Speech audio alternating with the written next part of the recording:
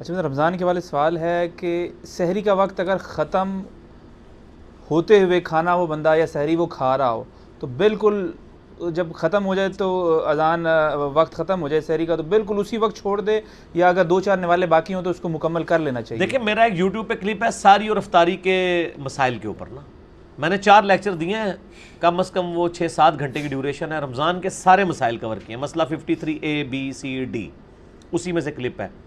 یہ ابو داؤد میں حدیث ہے کہ نبی علیہ السلام نے فرمایا کہ جو شخص لیٹ اٹھائے, کھانا شروع کیا اور اذان شروع ہوگی, لیکن اس اذان سے مراد انڈیا پاکستان بنگلہ دیش افغانستان کی اذان نہیں ہے, نبی علیہ السلام کے زمانے کی اذان. اس کو میں بعد میں بریف کروں گا, یہ میں جملہ کیوں بولا. تو اس کے ہاتھ میں جو برتن ہے جلدی جلدی اس میں سے اپنی ضرورت پوری کر لے. نبی علیہ السلام کی اذان کیوں ہے؟ بخاری مسلم میں حدیث ہے کہ حضرت بلال اذان دیتے تھے سحری پہ اٹھانے کے لیے, اور عبداللہ ابن ام مکتوم اذان دیتے تھے جیسے ہی وہ پو پھوٹتی تھی طلوع فجر کی, طلوع آفتاب نہیں, طلوع فجر, صبح صادق, ختم سحری. وہ نابینا تھے, وہ دیکھ تو سکتے نہیں تھے, ان کو کوئی بتاتا تھا, وہ ایک بندے کی ڈیوٹی لگی ہوتی تھی. اس وقت تو ذرا گھڑیاں کوئی نہیں تھی, اب تو ہم بہت بہترین ایکوریٹ کیلکولیشن کر سکتے ہیں صحیح مسلم پرو کے ذریعے اور باقی چیزوں کے ذریعے. تو عبداللہ ابن مکتوم فوراً اذان دے دیتے تھے. وہ اذان کا مطلب ہوتا تھا کہ پرو مسلم کا الارم بول پڑا ہے, ایگزیکٹ 7:06 پہ روزہ کھل رہا ہے تو 7:06 پہ ہی وہ اذان ہوتی تھی. آپ والی نہیں کہ ایک 7:01 پہ دے رہا ہے, دوسرا 7:15 پہ دے رہا ہے. یا ختم سحری میں ایک بندہ کہہ رہا ہے یار نماز تو 4 بجے ہے نا, ختم سحری تو ہو رہی ہے 3:25 پہ, اور چلو یار 3:35 اذان دے دیں گے. اذان ختم سحری کے لیے آج کل نہیں ہوتی, اذان ہوتی ہے نماز فجر کے لیے. اس زمانے میں ختم سحری کے لیے اذان ہوتی تھی, وہ اذانیں اور تھیں, آج کی اذانیں اور ہیں. یا آج سعودیہ میں جو اذانیں ہوتی ہیں نا وہ واقعی وہ والی اذان نہیں ہے, وہ تو گھڑی پہ ایسے لے کے بیٹھے ہوتے ہیں, جو ایسے ہی وہ جناب ٹائم ہوا اذان شروع کر دیتے ہیں.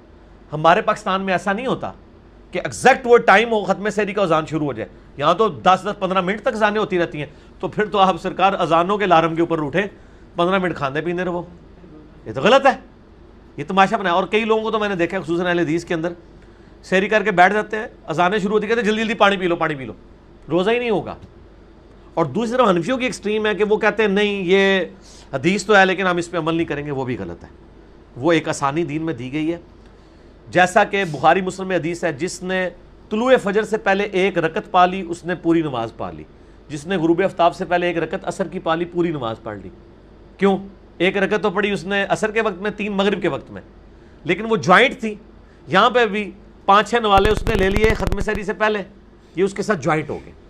لیکن ایک بندے نے روٹین بنائی ہوئی ہے, اس کا کوئی روزہ نہیں ہوگا. میں تو سخت خلاف ہوں. الحمدللہ میری اپنی زندگی میں مجھے نہیں یاد پڑتا کہ بچپن سے لے کے ابھی تک میں نے کبھی کوئی ایسا دن آیا ہو کہ میں نے 5 یا 6 منٹ پہلے ہی ختم سحری نہ کر دی ہو. اور افطاری تو میں ویسے ہی 3-4 منٹ بات کرتا ہوں, کیونکہ وہ آپ کو پتہ ہے آپ کے ٹائم ٹیبل ہی غلط بنے ہوئے ہیں. افطار پہ تو میرا کلپ بھی ہے, سنی شیعہ کا اختلاف اور وقت افطار کے اوپر, لاکھوں لوگ دیکھ چکے ہیں یوٹیوب پہ, لوگوں کے لیے پریشانی بن گئی ہے. تو یہ مطلب ابو داؤد کی حدیث اس بندے کے لیے جو کبھی کبھار لیٹ اٹھے. اچھا اگر آپ اتنا لیٹ اٹھیں کہ آپ کھا بھی نہیں سکے تو آپ روزہ چھوڑ دینا سر. 8 پیرا روزہ رکھنا کوئی نیکی تو نہیں ہے, نہ رکھیں روزہ, اس کی بعد میں قضا کر لیں. ضروری ہے کہ آپ نے 8 پیرا روزہ رکھنا ہے, اور اگر آپ بغیر کھائے پیے روزہ رکھ سکتے ہیں تو آپ کو شریعت نے اجازت دی ہے, ضرور رکھیں. لیکن ضروری نہیں ہے کہ آپ نے روزہ رکھنا ہے اگر آپ کی سحری ٹھیک نہیں ہوئی. اسی لیے الٹی کا مسئلہ بھی آتا ہے نا ابو داؤد میں, بخاری کے اندر لوگوں کو کلیئر نہیں ہوتا. صحیح بخاری میں انس بن مالک کا قول موجود ہے کہ جو شخص خود الٹی کرے اس کا روزہ ٹوٹ گیا, اور جس کی خود بخود آ جائے, انگلی ڈال کے نہیں کی, اس کا روزہ نہیں ٹوٹا. تو ان کو کسی نے کہا کہ جی ہم نے تو حدیثیں ایسی بھی سنی ہیں جس میں ہے کہ نبی علیہ السلام کو الٹی ہے, روزہ افطار کر لیا, سنن دارمی میں ابو داؤد میں آتی ہے. پھر انس بن مالک نے کلیئر کیا کہ اگر کسی شخص کو الٹی آنے کے بعد اتنی کمزوری ہو جائے, اب ایک بندے نے صبح کھائی تھی سحری, ساتھ ہی الٹی ہو گئی, تو اسی سحری کی بنیاد پہ تو اس نے پورا دن گزارنا تھا. اب اس کو یقین ہو گیا کہ میں تو 16 گھنٹے گزار نہیں سکتا, جو اندر پایا جو نکل گیا ہے, تو روزہ افطار کر لے, توڑ دے روزہ, اپنی مرضی ہے اس کی. اور لیکن اگر سمجھتا ہے کہ وہ گزار سکتا ہے تو گزارے, ٹھیک ہو گیا, گناہ نہیں, کوئی گناہ نہیں ہے, کوئی گناہ نہیں. اچھا رمضان میں سحری کے وقت ڈھول بجا کے بہت سے لوگ اٹھاتے ہیں نا, تو اہل حدیث پہ اعتراض کرتے ہیں کہ یہ بدعت ہے, تو اس کے بارے میں آپ کا کیا موقف ہے؟ وہ کیا کہتے ہیں ڈھول کی بجائے کسی اور طریقے سے اٹھایا جائے, کوئی اور طریقہ اپنایا جائے تو ٹھیک ہے, کوئی اور طریقہ اڈاپٹ کر لیں. وہ شاید سحری کے وقت اٹھانے کو بدعت کہہ رہے ہوں گے. تو سحری کے وقت اٹھانے کے لیے سنت طریقہ اذان ہے.